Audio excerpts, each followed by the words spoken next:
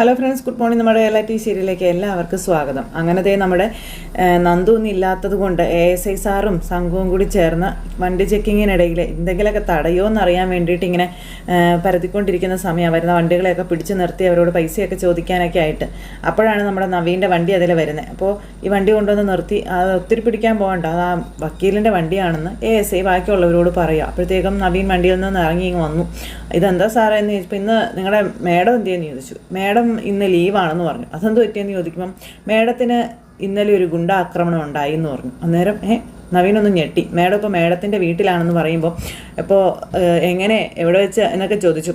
അത് പിന്നെ മേഡത്തിനെ വഴിയിൽ ഗുണ്ടകൾ തടഞ്ഞു നിർത്തി മേഡത്തിൻ്റെ തലയ്ക്ക് അടിച്ചു എന്ന് പറഞ്ഞു. അപ്പോഴത്തേക്കും നവീന് ടെൻഷനായി. ചേടാ, എന്നിട്ടിപ്പോൾ നന്ദുവിന് വലിയ പരിക്കൊന്നും ഇല്ലല്ലോ, തലയ്ക്ക് അടിയേറ്റിട്ടുണ്ട്, എങ്കിലും വലിയ കുഴപ്പമൊന്നും കാണത്തില്ല, അതുകൊണ്ടാണല്ലോ വീട്ടിലേക്ക് കൊണ്ടുപോയതെന്നൊക്കെ പറയുമ്പം ഇങ്ങനൊരു വാർത്ത കേട്ട സ്ഥിതിക്ക് നന്ദുവിനെ കാണാതെ പോകുന്നത് ശരിയല്ല എന്നും കോടതിയിൽ പോകേണ്ട ആവശ്യമുണ്ട്, എന്നാൽ നന്ദുവിനൊന്ന് കണ്ടിട്ട് പോകാം, നന്ദുവിന് ഇപ്പോഴും ചുറ്റും ശത്രുക്കൾ വട്ടോട്ട് പറക്കുന്നുണ്ടല്ലേ എന്ന് നവീൻ ചോദിക്കുമ്പോൾ, എന്ന് വെച്ചാൽ അതുപോലെയല്ലേ മേഡം ഓരോരുത്തരെയും കൈകാര്യം ചെയ്തുകൊണ്ടിരിക്കുന്നേ, നമുക്ക് വല്ലതും പറയാൻ പറ്റുമോ എന്നൊക്കെ ചോദിക്കുമ്പം, അല്ല നമ്മളായിട്ടൊന്നും പറയാൻ പോകണ്ട, പോലീസിൻ്റെ ഡ്യൂട്ടി മാത്രം അങ്ങ് ചെയ്താൽ മതിയെന്ന് ഈ നവീൻ പറയാം. ഒരു SI ധൈര്യത്തോടെ തെറ്റിനെ ചോദ്യം ചെയ്യുമ്പോൾ അതിനെ സപ്പോർട്ട് ചെയ്താൽ മാത്രം മതി, നിങ്ങളെപ്പോലെയുള്ള പോലീസുകാരെന്ന് പറഞ്ഞു. അത് പിന്നെ മേഡത്തിന് കുടുംബമൊന്നുമില്ല, ഞങ്ങൾക്ക് അതൊന്നും അല്ലല്ലോ സാറേ എന്ന് ചോദിച്ചപ്പോൾ, കുടുംബമുള്ളവരൊക്കെ ഈ രീതിയിൽ ചിന്തിച്ചിരുന്നെങ്കിലേ ഈ നാട് എങ്ങും എത്തില്ലായിരുന്നു എന്നും പറഞ്ഞ് നവീൻ അവിടെ നിന്ന് അങ്ങ് പോവുക. അപ്പം നവീൻ അങ്ങ് പോയി കഴിഞ്ഞപ്പോഴത്തേക്കും, എടോ ഇയാൾക്ക് നന്ദു മേഡത്തിനോട് എന്തോ ചെറിയ താല്പര്യം ഉണ്ടെന്ന് തോന്നുന്നു, ഇടയ്ക്കിടയ്ക്ക് സ്റ്റേഷനിൽ കിടന്ന് കറങ്ങുന്നുണ്ട് എന്ന് ASI പറയുക. ഇനിയിപ്പോൾ കൂട്ടടി ആവുമോ? ആ അനന്തപുരിയിലെ പയ്യനും ഇയാളും തമ്മിൽ അവസാനം മേഡത്തിന് വേണ്ടി കൊമ്പ് കോർക്കുവോ? എന്തേലും ആവട്ടെ എന്ന് പറഞ്ഞ് ഇങ്ങനെ ഇരിക്കുക അവർ. സമയത്ത് പിന്നെ കാണിക്കുന്ന ഗോവിന്ദേട്ടൻ അവിടെ ജോലി ചെയ്തുകൊണ്ടിരിക്കുമ്പോൾ നവീൻ അങ്ങോട്ടേക്ക് ചെല്ലുന്നു. ഇത് ആരെയും വന്നിരിക്കണേ എന്നും ചോദിച്ചുകൊണ്ട് നവീനെ കണ്ടപ്പോഴത്തേക്ക് ഓടി ഇറങ്ങി ചെന്നു ഗോവിന്ദേട്ടൻ. അപ്പോഴത്തേക്കും കനക അങ്ങോട്ടേക്ക് വന്നേ. അല്ല നന്ദു എവിടെയെന്ന് ചോദിച്ചു. അവളുടെ കാര്യമൊന്നും പറയണ്ട മോളെ, ഇന്നലെ എന്തോ പോലീസ് ക്ലബ്ബിൽ മീറ്റിംഗ് ഉണ്ടെന്നോ കോൺഫറൻസ് ഉണ്ടെന്നൊക്കെ പറഞ്ഞു പോയ പോക്കാണെന്നും പിന്നെ ഇങ്ങോട്ട് വന്നിട്ടില്ല എന്നും പറയുകയാണ് കനക. അപ്പോൾ നേരെ നയനമോളുടെ അടുത്തേക്കാണ് പോയതെന്ന് പറഞ്ഞു. അപ്പോൾ ഇവരാരും ഒന്നും അറിഞ്ഞിട്ടില്ലെന്നാണല്ലോ തോന്നണേ എന്നിങ്ങനെ ഈ മനസ്സിൽ അന്നേരം നവീൻ ഇങ്ങനെ പറയും. അപ്പോൾ മോൻ വിളിച്ചായിരുന്നു അവളെന്ന് ചോദിച്ചപ്പം ഞാൻ വിളിച്ചില്ല എന്ന് പറഞ്ഞു. അല്ല മോൻ ഇരിക്കുക. ഇല്ല, ഇരിക്കുന്നൊന്നുമില്ല, ഞാൻ ജസ്റ്റ് ഒന്ന് നന്ദുവിനെ കാണാൻ വേണ്ടി വന്നതാ, കുറച്ച് കേസിൻ്റെ കാര്യങ്ങൾ പറയാനുണ്ടായിരുന്നു എന്ന് പറഞ്ഞു. അപ്പോൾ എന്താ മോനെ ഇത്, ഏത് നേരം ഇങ്ങനെ കേസുമായിട്ടൊക്കെ നടന്നാൽ മതിയോ, അമ്മയുടെ ആഗ്രഹം പോലെ ഒരു പെണ്ണൊക്കെ കെട്ടണ്ടേ എന്നൊക്കെ ചോദിക്കുമ്പം, കെട്ടണം, പറ്റിയൊരു പെൺകുട്ടിയെ കണ്ടെത്തിയിട്ടുണ്ടെന്ന് നവീൻ പറയുക. അതേപ്പറ്റി നന്ദുമോൾ ഞങ്ങളോട് പറഞ്ഞായിരുന്നു, ഗോവിന്ദേട്ടനും പറഞ്ഞു. മോളെ പോലെ ഒരു പോലീസ് ഓഫീസർ തന്നെ അല്ലേ എന്ന് ചോദിക്കുമ്പം, അതെ, മോൻ്റെ അമ്മ അതിനൊക്കെ സമ്മതിക്കുമോ മോനെ എന്ന് കനക അന്നേരം ചോദിച്ചു. അല്ല, തൻ്റെ ഇടികളെയൊന്നും വേണ്ടെന്നല്ലേ അമ്മയുടെ തീരുമാനം, ഇന്നത്തെ കാലത്ത് ഏത് പെൺകുട്ടികൾക്കാ തൻ്റെ ഇടം ഇല്ലാത്തതെന്ന് നവീൻ ചോദിച്ചപ്പോൾ, അതെ ഇവിടെ ഒരുത്തിക്കാണെങ്കിൽ തൻ്റെ ഇടം കൂടിപ്പോയി, അതാ കുഴപ്പമെന്ന് ഗോവിന്ദേട്ടൻ. ഇനിയിപ്പോൾ അവളെ ഉൾക്കൊള്ളുന്ന ഒരാൾ വന്നാലല്ലേ അയാൾക്കൊപ്പം പറഞ്ഞു വിടാൻ പറ്റുള്ളൂ എന്നൊക്കെ ഇങ്ങനെ ഗോവിന്ദേട്ടൻ പറയുമ്പം, അങ്ങനെ ഒരാളെ കെട്ടാനാ ഇവിടെയും പ്രയാസം എന്നൊക്കെ ഇങ്ങനെ കനകയും പറഞ്ഞു. ഇനി കിട്ടിയാലോ ജാതകം നോക്കിയാൽ ചേരത്തുമില്ല എന്ന് പറഞ്ഞു. ഇപ്പം ആരും അങ്ങനെ ജാതകമൊന്നും നോക്കാറില്ല ആൻറ്റി എന്ന് നവീൻ പറയുക. ചില ആൾക്കാർക്ക് അത് നിർബന്ധ, ഈ ജാതകത്തിലെ കാര്യമില്ല എന്ന് പറയുന്നവർ പോലും അവസാന നിമിഷം അതൊന്ന് പോയി നോക്കാറുണ്ടെന്നേ. അന്യജാതിയിൽപ്പെട്ടവർ പോലും ദൈവങ്ങളെക്കാളും കൂടുതൽ ജ്യോത്സ്യന്മാരെ വിശ്വസിക്കുന്ന കാലത്തല്ലേ നമ്മൾ ജീവിക്കുന്നത് എന്നൊക്കെ ഗോവിന്ദേട്ടൻ്റെ ഒരു ഡയലോഗും കൂടി. അപ്പം അത് ശരിയാണെന്ന് കനകി. ആദർശമോനും അനിമോനും ഒക്കെ എൻ്റെ അടുത്ത സുഹൃത്തുക്കളല്ലേ, അപ്പം നന്ദുവും അങ്ങനെ തന്നെയല്ലേ എന്ന് ചോദിച്ചു. പിന്നെ ആ പെങ്കൊച്ചിനെ കുറിച്ച് അവരോടൊക്കെ ഒന്ന് പറഞ്ഞൂടെ എന്ന് കനക ചോദിച്ചപ്പോൾ നവീനൊന്ന് ചിരിച്ചു. അവരൊക്കെ സംസാരിച്ച് അതങ്ങ് ശരിയാക്കി തരുമായിരുന്നല്ലോ എന്ന് പറഞ്ഞപ്പം, പറയണം, അധികം വൈകാതെ അതെല്ലാവരും അറിയും എൻ്റെ മനസ്സിലുള്ള പെൺകുട്ടി ആരാണെന്ന് നവീൻ ഇങ്ങനെ പറഞ്ഞപ്പം പറഞ്ഞ് നിൽക്കുക ഇവർ. അല്ല എന്നാൽ പിന്നെ ഞാൻ പോയിട്ട് വരാങ്ങളെന്നും പറഞ്ഞു ഇങ്ങനെ പോകുമ്പം, അയ്യോ മോനെ ഒരു ഗ്ലാസ് ചായ പോലും കുടിക്കാതെയാണ് പോകുന്നതെന്ന് കനക ചോദിച്ചപ്പം, ചായയൊക്കെ കുടിച്ചിട്ടാണ് വന്നത് ആൻറ്റി, ചായ ഒന്നും വേണ്ട, അപ്പം ശരി ഇറങ്ങുവാണേ. അപ്പോൾ നവീൻ അങ്ങ് പോയി കഴിഞ്ഞപ്പോഴത്തേക്കും നവീൻ്റെ കാര്യം ഇവർ തമ്മിൽ സംസാരിക്കാം. നവീൻ മിടുക്കനല്ലേന്ന്. അതെ, നിയമം വിട്ട് ഒന്നും ചെയ്യാത്ത കൂട്ടത്തിലുള്ള ആളാണ്, അതുകൊണ്ടല്ലേ നന്ദൂട്ടൻ പോലും നവീനെക്കുറിച്ച് ഇത്രയും മതിപ്പോടെ സംസാരിക്കുന്നതെന്ന് കനക അന്നേരം അവിടെ ഇരുന്ന് ഇങ്ങനെ പറഞ്ഞു. നന്ദൂട്ടൻ അങ്ങനെ ആരെക്കുറിച്ചും അധികം നല്ലത് പറയുന്ന കൂട്ടത്തിലുള്ള ആളൊന്നും അല്ലല്ലോ, പ്രത്യേകിച്ച് ആണുങ്ങളെക്കുറിച്ച്.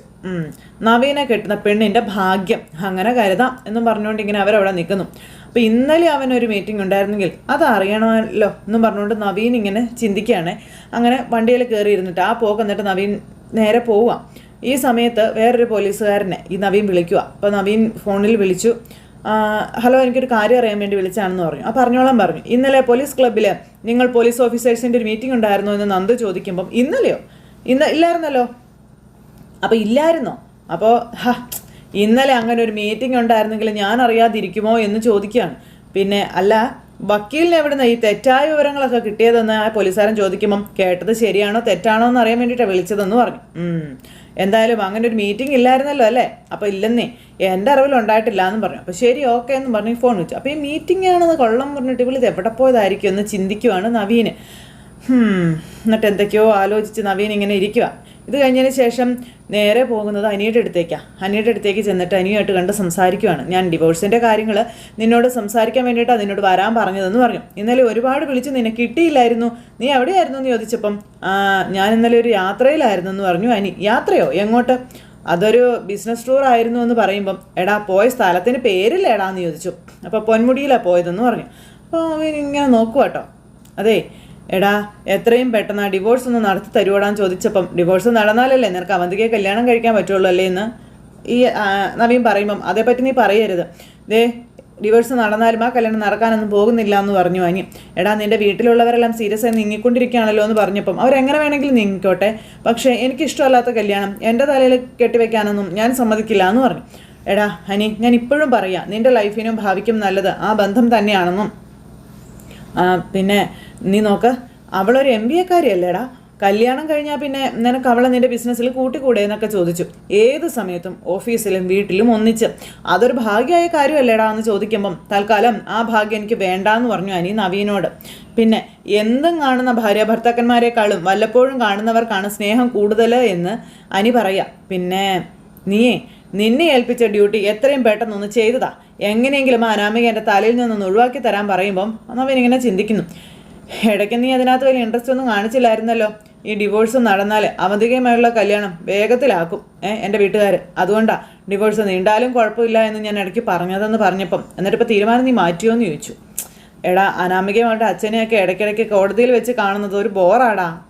രണ്ടിൻ്റെയും മുഖം കാണുന്നത് പോലും എനിക്ക് ഇഷ്ടമല്ല എന്നൊക്കെ പറഞ്ഞപ്പം അവൾ ബന്ധം ഒഴിയില്ല എന്നും പറഞ്ഞ് കടുംപിടുത്തം പിടിച്ചങ്ങനെ നിൽക്കുകയാണെന്ന് നവീൻ. അപ്പോൾ ഇപ്പോഴൊന്നും ഡിവോഴ്സ് നടക്കില്ലല്ലേ എന്ന് ചോദിച്ചു അനി. എന്നൊന്നും പറയാൻ പറ്റില്ല, വേണമെങ്കിൽ ഞാൻ അനാമികയുടെ അവളുടെ അച്ഛനോടും സംസാരിച്ച് നോക്കാമെന്ന് പറഞ്ഞപ്പം സംസാരിച്ചാലും അവർ ചിലപ്പോൾ ചോദിക്കുന്നത് കോമ്പൻസേഷൻ ആയിരിക്കും, അതെന്തായാലും കൊടുക്കാൻ പറ്റില്ല എന്ന് പറഞ്ഞു അനി. അപ്പോഴത്തേക്കും നവീന് ഭയങ്കര ടെൻഷനായി. നവീൻ എന്താണെന്ന് അറിയാത്തൊരു ടെൻഷൻ. അല്ല, അതൊക്കെ അവിടെ നിൽക്കട്ടെ, നീ ഇപ്പം നിൻ്റെ പ്രണയത്തെക്കുറിച്ചൊന്നും സംസാരിക്കുന്നില്ലല്ലോ എന്ന് പറഞ്ഞു. പ്രണയിക്കുന്ന പെണ്ണിനോട് കാര്യങ്ങൾ പറയാൻ നിന്നെയാണല്ലോ ഞാൻ ഏൽപ്പിച്ചത്, എന്നിട്ടൊന്നും നടന്നില്ലല്ലോ എന്ന് നവീൻ. നടന്നില്ലെന്ന് ആരാ പറഞ്ഞത്? അതേപ്പറ്റി ഇനി എനിക്ക് സംസാരിക്കാൻ താല്പര്യമില്ല. അല്ല, അപ്പം നീ അത് വിട്ടോ എന്ന് അനി ചോദിച്ചപ്പം വിട്ടൊന്നും ഇല്ലടാ, പക്ഷേ എൻ്റെ മനസ്സിലുള്ളത് പറഞ്ഞാൽ നീ ആയിരിക്കും അതിന് ആദ്യം തുരങ്കം വെക്കുന്നതെന്ന് നവീൻ പറയുക. എന്താ നീ ആലോചിക്കുന്നതെന്ന് അനി എന്തായാലും ചോദിച്ചു. ഒന്നുമില്ലടാ, വീടിനകത്ത് നന്ദുവിൻ്റെ പേര് പറയാൻ പറ്റത്തില്ലല്ലോ, അതുകൊണ്ട് ഇനി അങ്ങനെ അങ്ങ് പോട്ടെ എന്നൊക്കെ നവീൻ പറയാം. അപ്പോഴത്തേക്ക് അനിയുടെ മനസ്സിലൊരു ആശ്വാസം. അല്ല, നിൻ്റെ ഡിവോഴ്സിൻ്റെ കാര്യം ഞാൻ മാക്സിമം സ്പീഡപ്പ് ചെയ്യാമെന്നും പറഞ്ഞു. അല്ല, അതുപോലെ അവന്തികയുടെ കാര്യം നീ ഒന്ന് ചിന്തിക്കണം കേട്ടോ എന്ന് പറഞ്ഞപ്പം അതെനിക്കിനി ചിന്തിക്കേണ്ട ആവശ്യമൊന്നും ഇല്ലെന്നും ആ കല്യാണം നടക്കില്ല എന്നും അനി പറയാം. നീ ഈ നിശ്ചയം നടക്കും, അതും എങ്ങനെയെങ്കിലും മുടക്കണമെന്ന് അനി. അവസാനം ആദർശേട്ടനെ പുറത്താക്കിയതുപോലെ നിന്നെ മുത്തശ്ശൻ പുറത്താക്കോടാ. പുറത്താക്കിയാലും കുഴപ്പമില്ലടാ, അവന്തികയും കെട്ടി അവളുടെ ഭർത്താവായി ജീവിക്കുന്നതിനേക്കാളും നല്ലത് എന്നേക്കുമായിട്ട് തറവാട്ടിൽ നിന്ന് പുറത്തു പോകുന്നത് തന്നെയാണെന്നും പറഞ്ഞ് നമ്മുടെ അനി അവിടെ നിന്ന് പോയി. അനി അങ്ങ് പോയി കഴിഞ്ഞപ്പോഴത്തേക്കും നവീൻ എന്നാലും എന്തൊക്കെയാണ് ഇവിടെ സംഭവിക്കുന്നത്? പോലീസ് ക്ലബ്ബിൽ നന്ദു പോയിട്ടില്ല, അപ്പോൾ ഇവൻ്റെ കൂടി ആയിരിക്കുമോ അവൾ പോയത്? അതിന് അവൾക്ക് ഇവനോട് അത്രയൊരു ഇഷ്ടമൊന്നും ഇല്ലല്ലോ, നോക്കാം എന്നും പറഞ്ഞിങ്ങനെ നിൽക്കുകയാണ് നവി. അത് കഴിഞ്ഞ് പിന്നെ കാണിക്കുന്നത് നയനയാട്ടോ. നയനയും അതുപോലെ എലിസബത്ത് ചേച്ചിയും കൂടി ഇങ്ങനെ വണ്ടിയിൽ നിന്ന് അങ്ങോട്ടേക്ക് വരുന്നു. അപ്പോഴത്തേക്ക് മുത്തശ്ശൻ ഇവരെ കാണാനായിട്ട് അങ്ങോട്ടേക്ക് വന്നു. അപ്പോൾ ആരും കാണാതെ മുത്തശ്ശൻ കൊച്ചുമോളെയൊക്കെ കാണാൻ വേണ്ടി വന്ന് ഇങ്ങനെ നിൽക്കുക. അന്നേരം മോളെ, ഞാൻ അത്യാവശ്യമായിട്ട് കാണണമെന്ന് പറഞ്ഞത് വേറൊന്നുമല്ല, ഒരു ഇൻ്റർനാഷണൽ ഒരു ഡിസൈൻ ഫെസ്റ്റ് വരുന്നുണ്ട്, നമ്മുടെ കേരളത്തിലെ ജുവലേഴ്സാണ് അതിൽ മെയിനായിട്ട് പാർട്ടിസിപ്പേറ്റ് ചെയ്യുന്നതെന്നും അതൊരു ടൈറ്റ് കോമ്പറ്റീഷനാണ്, എന്തായാലും നമുക്ക് പാർട്ടിസിപ്പേറ്റ് ചെയ്യാതിരിക്കാൻ പറ്റത്തില്ല എന്ന കാര്യം പറയുവാണ് നമ്മുടെ മുത്തശ്ശൻ. മോളുടെ കഴിവുകൾ മുഴുവനും പുറത്തെടുക്കണമെന്നും പക്ഷേ ആരോഗ്യം ശ്രദ്ധിക്കണമെന്നും മുത്തശ്ശൻ നയനയോട് പറയാം. അപ്പോൾ അതേപ്പറ്റി ആദർശേട്ടനും പറഞ്ഞിരുന്നുവെന്ന് നയന പറയുന്നു. ഞാൻ എൻ്റെ കഴിവിൻ്റെ പരമാവധി ശ്രമിക്കാമെന്നും പിന്നെ ജ്വല്ലറിയുടെ ഡിസൈനർ നമ്മുടെ ആളാണല്ലോ എന്നൊക്കെ ഇങ്ങനെ നമ്മുടെ നയന പറയുക. അത് ആദർശ് ചെയ്ത ഏറ്റവും വലിയ ബുദ്ധിയാണെന്ന കാര്യം മുത്തശ്ശൻ അന്നേരം പറയുക. എന്ന് വെച്ചാൽ ഇവിടെ എതിരാളിയായിട്ട് വന്നിരിക്കുന്നതേ അബിയേക്കാളും അപകടകാരിയാണെന്നും നാഗേന്ദ്രനാണെന്ന കാര്യവും പറഞ്ഞു. അവൻ്റെ അച്ഛൻ, അവൻ്റെ പേര് ശ്രദ്ധിച്ചായിരുന്നോ എന്ന് ചോദിച്ചപ്പം ശ്രദ്ധിച്ചു, പേരിൽ പോലും നാഗം ഉണ്ടെന്ന കാര്യം നയനെ അന്നേരം പറഞ്ഞു. അവനെ അറിയാം എലിസബത്തിനെന്ന് മുത്തശ്ശൻ ചോദിച്ചപ്പോൾ അയ്യോ അറിയാം സാറേ, സാറിൻ്റെ തറവാട്ടിൽ നിന്ന് അടിയും കൊടുത്ത് പറഞ്ഞു വിട്ടതല്ലേ അയാളെ എന്ന് ചോദിച്ചപ്പം അങ്ങനെ പോയവൻ പൈസ ഉണ്ടാക്കി തിരിച്ചു വന്നിരിക്കുകയാണെന്ന കാര്യം മുത്തശ്ശൻ പറഞ്ഞു. എൻ്റെ ബിസിനസ്സിനെയും എൻ്റെ കുടുംബത്തെയും തകർക്കാനായിട്ടെന്ന കാര്യവും പറഞ്ഞു. പിന്നെ അതിനവൻ തിരഞ്ഞു പിടിച്ചത് ഞാൻ ഏറ്റവും കൂടുതൽ സ്നേഹിക്കുന്ന എൻ്റെ ആദർശിനെയാണെന്ന കാര്യവും മുത്തശ്ശൻ ഇങ്ങനെ പറയുകയും ചെയ്തു. അവനെ സൂക്ഷിക്കണം സാറേ എന്ന് എലിസബത്ത് ചേച്ചി നേരം പറഞ്ഞു. ആദർശിൻ്റെയും മോളുടെയൊക്കെ പിന്നാലെ എൻ്റെ ആൾക്കാരുണ്ടെന്നും പിന്നെ നമ്മൾ ഇവിടെ നിന്ന് സംസാരിക്കുമ്പോൾ പോലും അത് ശ്രദ്ധിക്കുന്ന ചിലരുണ്ടെന്ന കാര്യവും മുത്തശ്ശൻ പറഞ്ഞു. അതുകൊണ്ട് അത്തരം പേടിയുടെ ആവശ്യങ്ങളൊന്നും ഇല്ല എന്നും മുത്തശ്ശൻ പറഞ്ഞു. എന്തും ചെയ്യാൻ മടിക്കാത്തവനാണ് എതിരാളി എന്ന് അറിഞ്ഞതോടുകൂടി സുരക്ഷ കുറച്ചുകൂടി കൂട്ടിയിട്ടുണ്ടെന്നാണ് അർത്ഥം. പിന്നെ നന്ദുമോളോടൊന്ന് ശ്രദ്ധിക്കാൻ പറഞ്ഞപ്പം ഞാൻ ഇതേപ്പറ്റി പറയുന്നുണ്ട് മുത്തശ്ശ എന്ന് നയന പറയും. ശരിയെന്ന് മുത്തശ്ശനും പറഞ്ഞു. പിന്നെ ഈ ടൈറ്റ് കോമ്പറ്റീഷൻ കഴിഞ്ഞാൽ പിന്നെ വരുന്നത് ഓണമാണെന്നും അതിനു മുൻപ് തന്നെ നമ്മൾ കളം പിടിക്കണമെന്നും മുത്തശ്ശൻ നയനയ്ക്ക് പറഞ്ഞു കൊടുക്കുക. പിന്നെ നയന കളക്ഷൻസിനെ മറികടക്കാൻ ഇവിടെ ആരും ഉണ്ടാകരുത് എന്ന് മുത്തശ്ശൻ പറയുന്നു കേട്ടോ. നയന ഇതൊക്കെ കേട്ട് ഇങ്ങനെ നിൽക്കുമല്ലേ. അപ്പോൾ അതുകൊണ്ട് അന്നത്തെ ദിവസം അത് നമ്മളുടേതായി മാറണമെന്ന കാര്യവും പറഞ്ഞു. പിന്നെ അനിയും രാശിയുള്ള കൂട്ടത്തിലുള്ള ആൾ തന്നെയാണ്. ആദർശിൻ്റെയും മോളുടെയും സഹായത്തോടെയാണെങ്കിലും അവൻ MD ആയതിനു ശേഷം ബിസിനസ് കുതിച്ച് കയറുക തന്നെയാണ് ചെയ്തതെന്ന് പറയും. അനി തന്നെ ഇനി MD സ്ഥാനത്ത് തുടരട്ടെ എന്നാണ് ആദർശേട്ടൻ പറയുന്നതെന്ന് പറയുമ്പം അതെങ്ങനെ ശരിയാകും? അവൻ ഇപ്പോൾ ഏൽപ്പിച്ച ജോലി തന്നെ അവൻ ഭാരമായിട്ടാണ് കാണുന്നതെന്നും എങ്ങനെയെങ്കിലും ആദർശ് വന്നാൽ മതിയെന്ന് പറഞ്ഞ് നടക്കുക അവനെന്ന് മുത്തശ്ശൻ പറയുക. പക്ഷേ ഇവിടെ ഒരു കാര്യമുണ്ട് മോളെ, ബിസിനസ്സിൻ്റെ പകുതി ആദർശിന് ധൈര്യമായിട്ട് അനിയെ ഏൽപ്പിക്കാൻ പറ്റുമെന്ന് മുത്തശ്ശൻ പറയും. അവനും പലതും പഠിച്ചു കഴിഞ്ഞെന്നും പറഞ്ഞു. അങ്ങനെ മുത്തശ്ശൻ തൻ്റെ മനസ്സിലെ ലക്ഷ്യങ്ങളെല്ലാം നയനയോട് പറയാം. മൂത്ത കൊച്ചുമോനെയും ഇളയ കൊച്ചുമോനെയും ബിസിനസ് പഠിപ്പിക്കാൻ വേണ്ടി തന്നെയാണ് ഇങ്ങനെ ഒരു നാടകം ഞാൻ കളിച്ചതെന്നും അതാണ് ഇങ്ങനെയൊക്കെ ചെയ്തതെന്നും നമ്മുടെ മുത്തശ്ശൻ പറയുമ്പോൾ അതറിയാമെന്ന് പറഞ്ഞു എലിസബത്ത് ചേച്ചി. അപ്പം ആദർശന് സംശയമൊന്നും ഇല്ലല്ലോ മോളെ എന്ന് ചോദിച്ചപ്പം ഇതുവരെ ഇല്ല, ഇപ്പോഴും മുത്തശ്ശൻ അകന്ന് നടക്കുന്നതിൻ്റെ ഒരു പരിഭവം ഉണ്ട് എന്നിങ്ങനെ നയനെ അന്നേരം പറഞ്ഞു. കുടുംബത്തെക്കാളും മുത്തശ്ശൻ ബിസിനസ്സിനെയാണ് സ്നേഹിക്കുന്നതെന്ന് ഇടയ്ക്കിടയ്ക്കൊക്കെ പറയാറുണ്ടെന്നുള്ള കാര്യവും പറഞ്ഞു. അപ്പോൾ രണ്ടിനെയും ഞാൻ സ്നേഹിക്കുന്നുണ്ട് മോളെ, എങ്കിലും കുടുംബം കഴിഞ്ഞേ ഉള്ളൂ എനിക്ക് ബിസിനസ് എന്ന് പറയാം മുത്തശ്ശൻ, രണ്ടിനെയും ഞാൻ കൂട്ടിക്കുഴയ്ക്കാറില്ല എന്നും പറഞ്ഞു. പിന്നെ നമ്മളുടെ കമ്പനിയുടെ MD സ്ഥാനത്തിരിക്കാൻ യോഗ്യതയില്ലാത്ത ഒരാൾ മകനായാലും കൊച്ചുമോനായാലും അവനെ ഞാൻ മാറ്റിയിരിക്കും. പക്ഷേ എന്നെക്കാളും കഴിവുള്ളവനാണ് ആദർശ്. അങ്ങനെയുള്ള അവൻ നയിച്ച മൂർത്തീസ് ജ്വല്ലറിയാണ് താഴേക്ക് പോയതെന്നും അവിടെ പിന്നെ ഇങ്ങനെ ഒരു നാടകം കളിക്കാതെ രക്ഷയില്ല മോളെന്നും മുത്തച്ഛൻ പറയാം. ഇപ്പോഴും എന്നെ കൂടുതൽ അലട്ടുന്നത് ഈ നാഗേന്ദ്രനോ അഭിയൊന്നും അല്ല, മോളുടെ ചേച്ചി തന്നെയാണെന്ന കാര്യം മുത്തച്ഛൻ പറയാട്ടോ. നവ്യ സത്യങ്ങൾ തിരിച്ചറിഞ്ഞതിന് ശേഷമാണ് അതിനെപ്പറ്റി ഒരു അന്വേഷണവും നടത്താതെ അഭിയെ സ്നേഹിച്ചുകൊണ്ടിരിക്കുകയാണെന്ന കാര്യം മുത്തച്ഛൻ പറയണം. മോളുടെ അമ്മ പറഞ്ഞത് കേട്ടതിന് ശേഷം നവ്യ അതിനനുസരിച്ചൊരു തീരുമാനം എടുത്തിരുന്നു എങ്കിൽ ഞാൻ എപ്പോഴേ അഭിയെ ചവിട്ടി പുറത്താക്കിയേനെന്ന കാര്യവും മുത്തച്ഛൻ പറയണം. അപ്പോൾ അത് കേട്ടപ്പോൾ എനിക്ക് ഭയങ്കര ടെൻഷൻ. അവൻ തന്നെയാണ് പുറത്തേക്ക് പോകേണ്ടത്, അല്ലാതെ എൻ്റെ ആദർശമോനല്ല എന്ന കാര്യവും മുത്തച്ഛൻ രഹസ്യമായി കണ്ട് നയനെ അറിയിക്കുന്നു.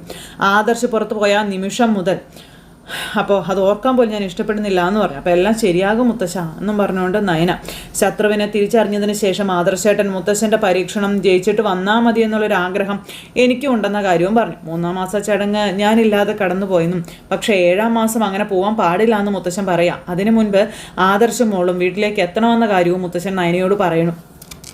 അങ്ങനെ അവർ കണ്ട് സംസാരിച്ചു. ആരോഗ്യമൊക്കെ നോക്കണേ മോളെ എന്നും പറഞ്ഞ് എല്ലാം പറഞ്ഞ് ഏൽപ്പിച്ചിട്ട് മുത്തശ്ശൻ അവിടെ നിന്ന് അങ്ങ് പോയി. പോയ മുത്തശ്ശൻ കുറച്ച് ആയുർവേദ മരുന്നെടുത്തുകൊണ്ടൊന്നും ഇങ്ങനെ ഇവരുടെ കയ്യിലേക്ക് കൊടുത്തു. ഇതിനകത്തുണ്ട് ഉപയോഗിക്കേണ്ട രീതിയെല്ലാം ഉണ്ട്, മോൾക്ക് ഭക്ഷണം കഴിഞ്ഞ് കൊടുക്കണമെന്നും പറഞ്ഞു മുത്തശ്ശൻ. രാത്രി നല്ല ഉറക്കം കിട്ടുമെന്നും മുത്തശ്ശൻ പറയുന്നു. എന്നാൽ പിന്നെ പൊക്കോട്ടെ, ശരി എന്നാൽ ഓക്കെ എന്നും പറഞ്ഞു അങ്ങനെ അവരെയും പറഞ്ഞയച്ച് മുത്തശ്ശൻ ഇങ്ങനെ അവിടെ നിൽക്കുക കേട്ടോ. അത് കഴിഞ്ഞ് മുത്തശ്ശൻ നേരെ മുത്തശ്ശിയുടെ അടുത്തേക്ക് ചെന്നു. മുത്തശ്ശിയാണെങ്കിൽ ഭയങ്കര പ്രതീക്ഷയോടുകൂടി ഇരിക്കുകയാണ്. അപ്പോൾ മുത്തശ്ശനൊന്നും ഇല്ലാത്ത സന്തോഷം. എവിടേക്കാണ് പോയത്? അപ്പം നയനമോളൊന്ന് കാണാൻ പോയതാ പുറത്ത് വെച്ച്. എന്നിട്ട് കണ്ടോ? പിന്നെ കാണാൻ പോയ പിന്നെ കാണാതിരിക്കുമെന്ന് മുത്തശ്ശൻ്റെ ഒരു ചോദ്യം. അത് കൊള്ളാം. എന്നാൽ പോയപ്പോൾ എന്നെയും കൂടി ഒന്ന് വിളിക്കണ്ടായിരുന്നോ? എനിക്ക് മോളെ കാണണമെന്നൊക്കെ ഉണ്ടായിരുന്നു. താൻ ദേവയുടെ കൂടെ ഇടയ്ക്കൊക്കെ കാണാറുള്ളതല്ലേ, പിന്നെന്താ എൻ്റെ കാര്യം അതുപോലെയാണോടോ?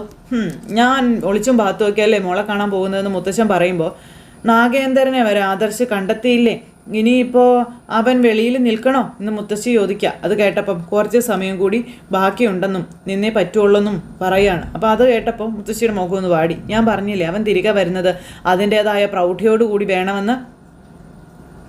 ആദർശ് അവൻ്റെ ശത്രുവിനെ കണ്ടെത്തിയെന്ന് അവൻ എന്നോട് പറയട്ടെ എന്ന് മുത്തശ്ശൻ പറയുക. അങ്ങനെ പറയോ എന്ന് മുത്തശ്ശി ചോദിക്കുമ്പം പിന്നെ പറയില്ലേ, പറയാതെ എവിടെ പോവാനാണെന്ന് ചോദിക്കുക. അവനിപ്പോൾ മൂർത്തീസ് ജ്വല്ലറിയുടെ ഉയർച്ച മാത്രം സ്വപ്നം കണ്ട് നടക്കുന്ന കൂട്ടത്തിലുള്ള ആളാണെന്ന കാര്യവും പറഞ്ഞ്, എന്നാൽ അതിലുപരി എൻ്റെ മുന്നിൽ അവന് ജയിക്കണമെന്നുള്ളൊരു ആഗ്രഹം ഉണ്ടെന്നുള്ള കാര്യമൊക്കെ മുത്തശ്ശിയോട് പറയുന്നു. ഞാൻ തോറ്റു കൊടുക്കാൻ തയ്യാറാ, പക്ഷേ അവൻ എല്ലാ അർത്ഥത്തിലും ജയിച്ചു വന്നു എന്ന് പറയട്ടെ. അപ്പം മുത്തശ്ശനും കൊള്ളാം കൊച്ചുമോനും കൊള്ളാമെന്നും പറഞ്ഞുകൊണ്ട് ഇവർ രണ്ടുപേരും കൂടി ഇങ്ങനെ സംസാരിച്ചുകൊണ്ടിരിക്കുന്നു. അങ്ങനെ ആ ഒരു സമയം എന്നിട്ട് നയനമോൾ എന്താ പറഞ്ഞതെന്ന് ചോദിച്ചു മുത്തശ്ശി. ഞങ്ങൾ നാഗേന്ദ്രനെ കുറിച്ച് തന്നെയായിരുന്നു സംസാരിച്ചിരുന്നതെന്നും അവൻ്റെ സ്വഭാവം എന്താണെന്ന് ഞാൻ മോൾക്ക് കൃത്യമായി പറഞ്ഞു കൊടുത്തിട്ടുണ്ടെന്ന കാര്യം മുത്തശ്ശിയോട് പറയാം. നാഗേന്ദ്രൻ്റെ ഫോട്ടോ കണ്ടിട്ട് ആദർശിന് മനസ്സിലാകാതിരുന്നത് എന്താണെന്നാണ് ഞാൻ ആലോചിക്കുന്നതെന്ന് പറഞ്ഞപ്പം, ചെറിയ പ്രായത്തിൽ കണ്ടതല്ലേ, ഇപ്പം നാഗേന്ദ്രന് നല്ല മാറ്റമൊക്കെ വന്നിട്ടുണ്ടല്ലോ എന്ന് പറയുകയാണ് മുത്തശ്ശനെ. എങ്കിലും എവിടെയോ കണ്ടു മറന്ന മുഖമാണെന്ന് അവൻ പറഞ്ഞില്ലേ എന്ന് മുത്തശ്ശൻ പറയാം. അവൻ നല്ല മെമ്മറിയുള്ള കൂട്ടത്തിലാണ്. അതുകൊണ്ട് അവൻ്റെ ഫ്രണ്ട് സേവിയർ നാഗേന്ദ്രൻ്റെ രേഖാചിത്രം വരച്ചതുപോലെ തന്നെ അവന് സംശയം തോന്നി തുടങ്ങി കാണുമെന്ന കാര്യവും മുത്തശ്ശൻ പറഞ്ഞു. അങ്ങനെ ഇവർ രണ്ടുപേരും കൂടെ അതിനെപ്പറ്റി പറഞ്ഞുകൊണ്ടിരിക്കുന്നു. ഇനിയിപ്പോൾ അധികം താമസമൊന്നുമില്ല നാഗേന്ദ്രനും ആദർശം മുഖാമുഖം കാണാനെന്ന് പറയുമ്പോൾ, ദുഷ്ടനാ, ഇനി നമ്മുടെ കുഞ്ഞിനെ അവൻ എന്തെങ്കിലും എന്ന് ചോദിക്കുമ്പോൾ മുത്തശ്ശൻ, അവരുടെയൊക്കെ ചുറ്റിലും ഞാനൊരു വലയം തീർത്തിട്ടുണ്ട് വസുന്ധരേ എന്ന് മുത്തശ്ശൻ പറയണം. അതുകൊണ്ട് അത്ര പെട്ടെന്ന് ആർക്കും നമ്മുടെ കുട്ടികളെ തൊടാൻ പോലും പറ്റില്ല എന്നുള്ള കാര്യവും പറയുവാണ്. പിന്നെ താനൊന്ന് ആലോചിച്ച് നോക്കടോ, വർഷങ്ങൾ കഴിഞ്ഞു, എന്നിട്ടും അവൻ്റെ പകയും പ്രതികാരവും ഒന്നും തീർന്നിട്ടില്ല എന്ന കാര്യം പറഞ്ഞ് ഇനി AM ജ്വല്ലറിയുടെ യഥാർത്ഥ മുതലാളി അവനാണോ എന്നുകൂടി അറിയണമെന്നുള്ള കാര്യങ്ങളും മുത്തശ്ശൻ പറയുക. അങ്ങനെ അതെല്ലാം പറഞ്ഞ് ഇവരവിടെ ഇരിക്കുന്നു. പിന്നെ കാണിക്കുന്നത് അനാമികയും നവീനുമായിട്ട് കണ്ട് സംസാരിക്കുന്നു. അതും അനിയുടെ കാര്യം. അവനും എൻ്റെ മുറപ്പെണ്ണിനെ കെട്ടാൻ പോണില്ലെന്ന് പറഞ്ഞു. ഒരു കാരണവശാലും എനിക്ക് ഡിവോഴ്സ് വേണ്ട എന്ന് അനാമിക പറഞ്ഞപ്പം, നീ അങ്ങനെ ബലം പിടിക്കല്ലേ അനാമിക എന്ന് നവീൻ പറഞ്ഞു. ഇനിയിപ്പോൾ ഡിവോഴ്സ് നടത്തേണ്ടത് അവരുടെ ആവശ്യമാണെന്നും അതുകൊണ്ട് മിക്കവാറും അവരെന്തെങ്കിലും നീക്കുപോക്ക് ഉണ്ടാക്കുമെന്നും പറഞ്ഞു. ഞങ്ങൾ ആവശ്യപ്പെടുന്ന പണമല്ലാതെ മറ്റൊരു നീക്കുപോക്കിനും ഞങ്ങൾ തയ്യാറല്ല എന്ന് ഈ വേണു പറയുക. അപ്പോൾ അത് കേട്ടപ്പോൾ നവീൻ, നിങ്ങൾ ആവശ്യപ്പെടുന്നത് കുറച്ച് കുറഞ്ഞാലും അതങ്ങ് ഉറപ്പിക്കണമെന്ന് പറഞ്ഞു, അല്ലെങ്കിൽ ഉള്ളതുകൂടി കിട്ടാണ്ടാവും കേട്ടോ എന്ന് നവീൻ പറഞ്ഞു. നേരത്തെ വക്കീലിനെ ഡിവോഴ്സ് നീട്ടിക്കൊണ്ട് പോകണം എന്നായിരുന്നല്ലോ, ഇപ്പം എന്താ ധൃതി നീ ചോദിച്ചപ്പം, നീ നോക്ക്, ഞാൻ നിൻ്റെ വക്കീലല്ല അനിയുടെ വക്കീലാണെന്ന് ഓർക്കണം. അവൻ എന്നോട് നിരന്തരം ആവശ്യപ്പെട്ടുകൊണ്ടിരിക്കുകയാണ് എങ്ങനെയെങ്കിലും നിന്നെ അവനെ വേർപിരിച്ചു കൊടുക്കണമെന്നുള്ളത്. വേർപിരിയലൊക്കെ കഴിഞ്ഞില്ലേ എൻ്റെ വക്കീലെ, ഇനിയിപ്പോൾ അവരെങ്ങനെയെങ്കിലും എൻ്റെ മോളെ ഒഴിവാക്കിയിട്ട് അടുത്തവളെ കെട്ടണം. അപ്പോൾ നവീന് ടെൻഷനായി.